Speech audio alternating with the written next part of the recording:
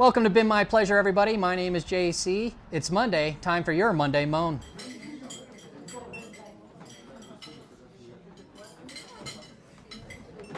Hello, everybody. Welcome again to Been My Pleasure. My name is JC. We're coming to you live via pre-recorded message at The Attic in Phoenix, Arizona, near 44th Street and Indian School. Come on by for the best burger in Phoenix. Some say the best burger in the world. It's Monday. It's your Monday Moan. Joining me today is my friend Ethan Clark. Ethan Clark. Ethan is a friend of mine from a restaurant concept, a casual dining restaurant concept I used to work at. Ethan, would you say you work more than 30 hours a week? Oh yeah. Would you say you work more than 40 hours a week? Most definitely. Would you say you get paid for working more than 40 hours a week? No. Are you saying to me that you work more than 40 hours a week but are only on the clock up to but not including 40 hours a week? Exactly. Exactly. All right, Ethan. Well, it's Monday. With that backstory in mind, anything you'd like to moan about? Oh, just the basic concept of closing, and I know last call is something we've all heard before in our lives. Last call is last call. No exceptions, it's last call. I do want to get home at a decent hour. 4 o'clock in the morning. It's okay with me, sometimes. But yeah, it's Monday, that was my Friday, so we're good. Yep. So you've done the long weekend. I know exactly what you're talking about with last call. We routinely would do a last call at the restaurant I worked at, before the restaurant I worked at with you, at quarter till closing time. And if people came in at 5 minutes till, you learn this the hard way.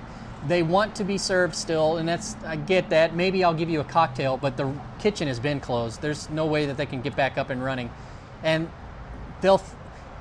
you know what, that kind of runs into a little moan I have. Not necessarily, because we're open, let's say that we did work at the same place. The place we worked at was open until 2 o'clock. Mm-hmm. All right, you no longer work there, I no longer work there, but it was open until 2 o'clock.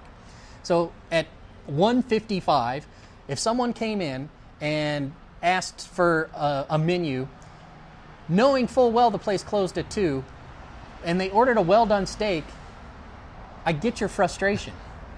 Yeah? Yeah. Is that what we're getting at? That is exactly where we're getting at. Okay.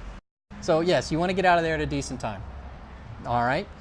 So how do we address these people, these wonderful guests who frequent our establishments, who come in at the witching hour, as it were, and would like to have something? Me personally, I might offer them a cocktail, just because that's something that I can wash the dish myself as a bartender in this particular concept.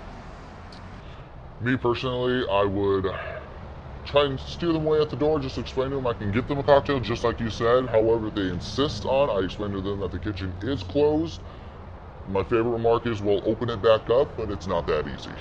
We are closed, everything's turned off, get you a cocktail, but, come in at least 15 minutes before that, and we'll be more than happy to serve you. Okay. Yeah, sounds like a good, reasonable expectation. Come in an adequate amount of time to actually enjoy your meal there, or to at least have it prepared before the time the place would be closed. We get it. We've all been at places where we walked in at the last minute.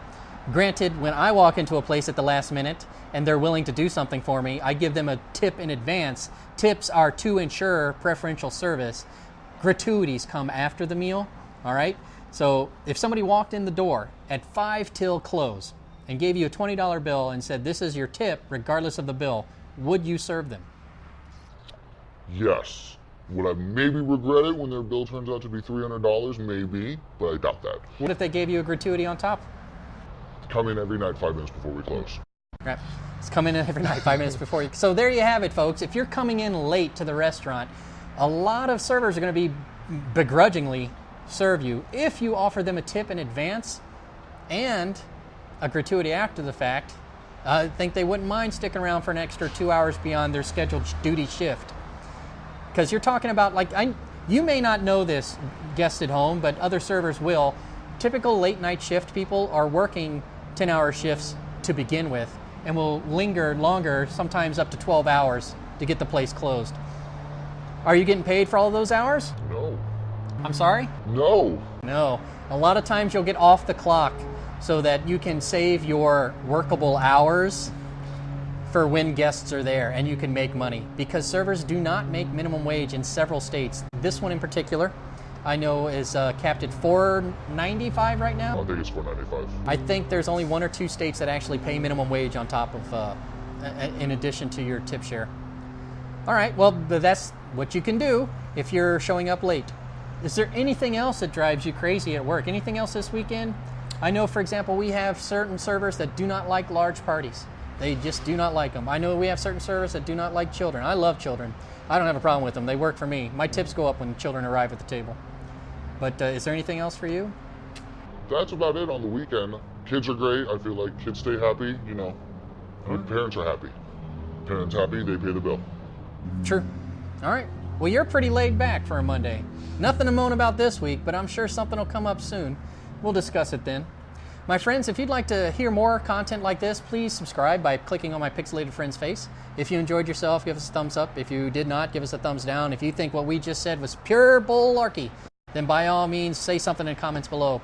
But until next time, my name is JC. It has been my pleasure.